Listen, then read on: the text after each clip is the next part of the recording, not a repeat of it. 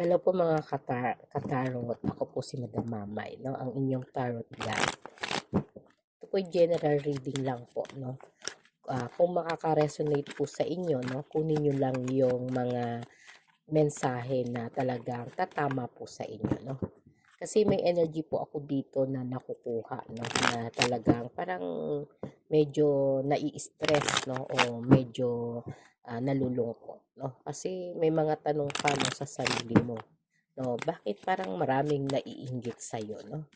Kung ikaw yung tipo ng tao na talagang marunong makisama, no, lahat ng pakisama binibigay mo, no? O talagang parang andun po yung energy na parang kahit nga ah, kahit nga gagamitin mo, no, pinapahiram mo pa pag kailangan, no? At ikaw din yung tipo ng tao na maraming kaibigan na parang nakakasama, katrabaho, no, na parang magaling ka naman makisama eh, no, sa energy na kukuha ko, no. Magaling kang makisama, magaling kang makisalamuha, no. Talagang sa energy na to, kung ano yung mga pwede mong ibigay, no, sa kapwa mo, parang ibinibigay mo, no. Kaya lang parang 'pag dinapuan ka naman 'no ng mga pagsubok, parang kahit isa naman po 'no sa mga nakapaligid sa iyo 'no ay parang may lihim na mga ngiti 'no kapagka medyo nawawalan ka ng trabaho, 'yan, o nawawalan ka ng pera, 'pag may problema ka parang nafi-feel mo 'no na iba yung impact 'no na ginagawa nila sa'yo 'no. Silipin natin kung bakit nga ba gano'n 'no yung nagiging sistema ng buhay mo 'no. Kung ang energy mo 'no ay parang dito po 'no ay parang nagbibilang ka 'no ng financial na medyo nagne-negative ha. Energy mo po ito 'no. At para masabi ko rin sa iyo kung ano yung dapat mong alisin o bawasan ha. Kasi dito po naramdaman ko 'no na maraming tao 'no yung medyo nakapaligid sa'yo na nakangiti 'no, nakangiti pero punong-puno po ng inis o galit 'no, na hindi lang ordinaryo 'no, parang gusto nilang nakikita na gumagapang ka sa hirap 'no. Kasi sa energy na 'to 'no, ang Three of Swords po, no, may selos 'to sa'yo ha.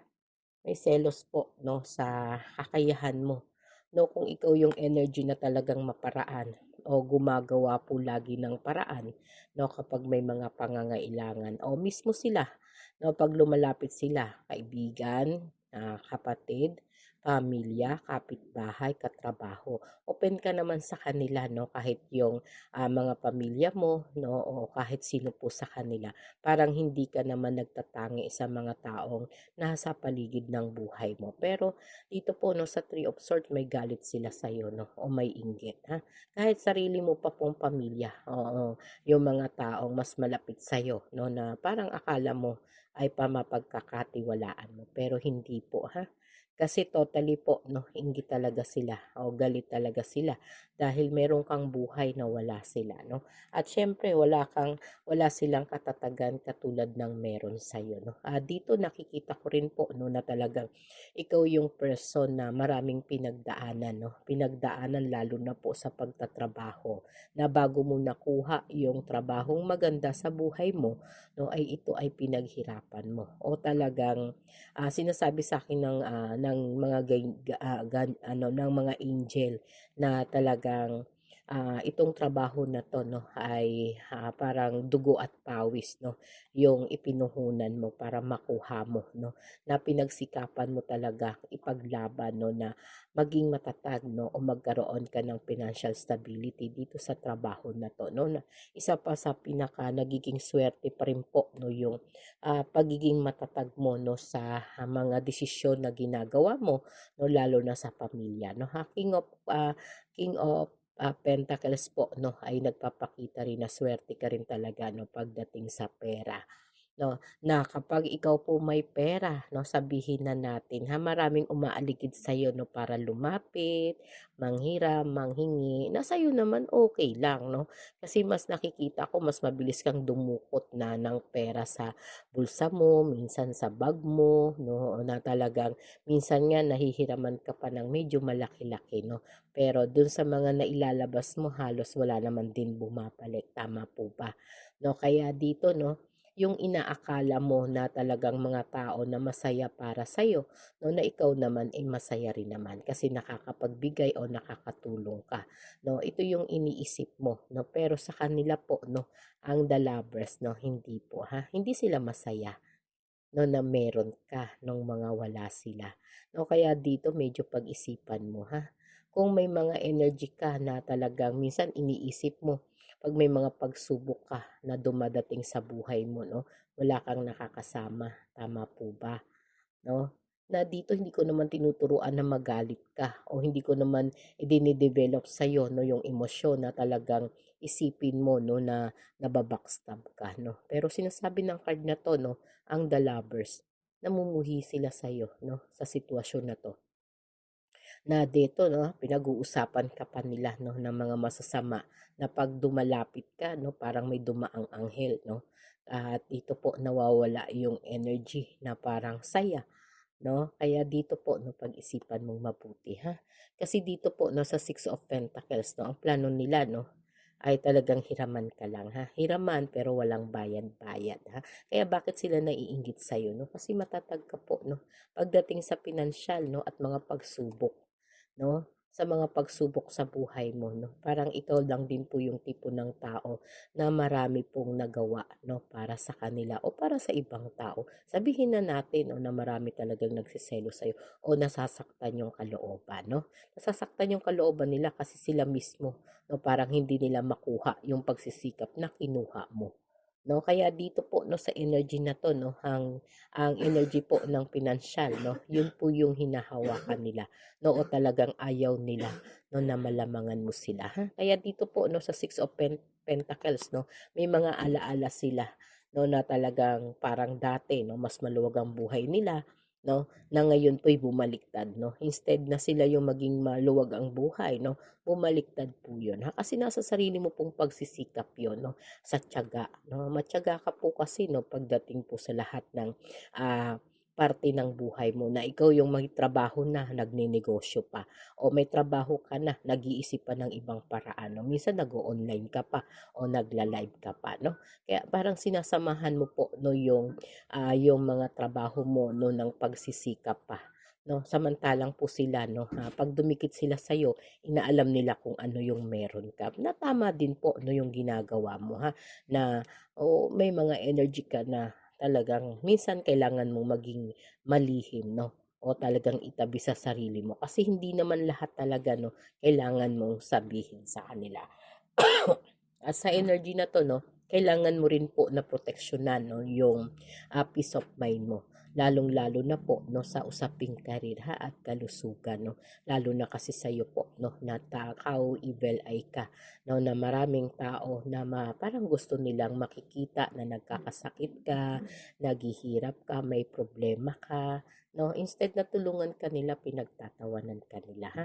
Kaya kung sa'yo po maka-relate 'to 'no, paki-like na lang po 'no at paki-comment. Kung hindi naman po 'no, pass na lang muna, ha, kasi baka yung energy mo sa susunod pa natin makuha 'no.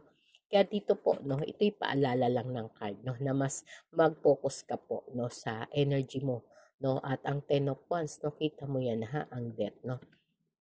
May mga emosyon po diyan na kailangan niyo pong ingatan 'no, at kailangan mo rin po 'no na minsan 'no yung mga happiness mo sa buhay 'no, wag mo na pong ikuwento, ha. Kasi dito po 'no, may mga tao pong nag-e-evil eye sa'yo na gusto nila 'no na talagang maghirap ka o bumaba ka o parang magpalit po kayo ng puwesto, ha. May mga dasal din po tayong nakuha dito 'no, na talagang iba yung impact 'no ng mga dasal 'no. Kaya medyo pagdating po sa mga inaabot 'no, iniinom na galing po sa iba, mas maganda na lang po na kayo na lang ang bumili para sa inyo, ha. Huwag niyo na lang pong, iasa o talagang tanggapin 'no, yung mga iaabot sa'yo 'no. Kasi sa energy na 'to 'no, may debt po tayo, ha. May mga energy dito na matagal na pong nangyayari ito sa'yo 'no, kaya minsan may mga time kapag dinapuan ka ng sakit 'no, parang tuloy-tuloy o 'pag dinapuan ka po ng kamalasan 'no, sabi nga no, nagtutuloy-tuloy ha. Kaya medyo maging aware ka po, no. Kasi dito po, no, sa Eight of Pentacles, no, na pinapakita rin po dito, no, na mas madalas po, no, na parang nasasagad din po ang pinansyal mo, no. At ang pinansyal mo, no, ay talagang nagiging problema mo rin, ha. Kaya may mga energy po, no, na minsan parang ang bigat-bigat po ng batok mo, no, minsan po ang sakit-sakit ng tiyan mo, no. Minsan naman kung hindi naman po sa pagdating din po sa pamilya. Kung may pamilya ka o may partner ka o may person ka, no, minsan nagkakaroon din kayo ng problema ha, na hindi mawari no kung saan nagmumula, kung ano yung dahilan ha. Kaya dito po no may mga energy tayo dito no na talagang kailangan mo pong magdasal no o kailangan magpa-cleansing no magpa-cleansing ka ha. Kasi may mga energy po talaga tayo dito no ng Three of Pentacles na may mga pagsiselos no na parang sa nakaraan, no, may mga tao na may mga nakasamaan ka ng loob na nakalapit po sa iyo, ha, na parang akala mo totoo po yung ipinapakita nila sa iyo, pero hindi naman po, no. Kaya sa energy na to, no, nakukuha natin. Direct to the point tayo, ha, para hindi naman kayo masyadong ma-bored, no, sa ating mga ipo-post na video, no. Kaya dito po, no, sa Three of Pentacles, no, may mga tao po na talagang medyo nagkalamat na sa inyo, no? Pero binigyan nyo pa rin po ng pagkakataon o second chance, no? Na makalapit sa inyo, ha? Kaya dito po, no? Ito po'y babala, no? O talagang pinag-iingat po kayo ng card, ha? O ng energy po na nakukuha ko sa inyo. Kung kayo po yung energy na mas madalas pong mapagod, no? O talagang may mga time na okay naman tapos bigla na lang pong magbabago yung mood ninyo na parang ang bigat-bigat po ng paligid ninyo, no? Ito pong reading na to ay para sa inyo ha. Kaya maging aware po kayo kung kinakailangan po na mag-cleansing kayo, mag-cleansing po kayo ha. Kung kinakailangan naman po no na kung mayroon kayong mga suot na pangontra, gamitin niyo po ha. Sa energy na to kung kinakailangan din po no na maging sekreto po lahat ng nangyayari sa inyo, gawin nyo rin po ha. Kasi may mga matitindi po ang galit sa inyo, inggit, no, na talagang parang ayaw nilang nakikita na nagiging masaya, maligaya ka, matagumpay ka, no, at sa pamilya mo, no, at sa mga pangarap mo, ha.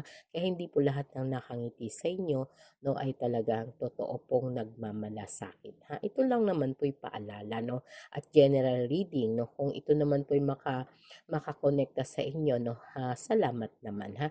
Kung hindi naman po, no, okay lang, ha. Dito po, no, ito po ay mensahe lang naman po sa akin na pwede ninyong maging gabay, no, o talagang maging dahilan para mas maging aware po kayo sa paligid nyo, ha. Okay po, no, sa lahat po ng nanonood o nakikinig, no, sa mga interesado po magpa-private reading, no, meron po tayong link dyan, no, ha. Paki-click nyo lang po, no, andyan po yung description box natin, no. At sa mga interesado ng po ng personal reading, no, live naman tayo lagi, no, sa Black Apps, no, na sa mga kaya lang ninyo, no, pwede naman kayo magpa-private reading, no, sa live lang, ha. Pero kung interesado naman po ng full reading, no, pwede po kayo magpa-schedule, ha, kay admin, no. Okay po, maraming pong salamat. Ako po si Madam Mamay, no. Diretso na po tayo, ha. Okay, salamat po. Thank you.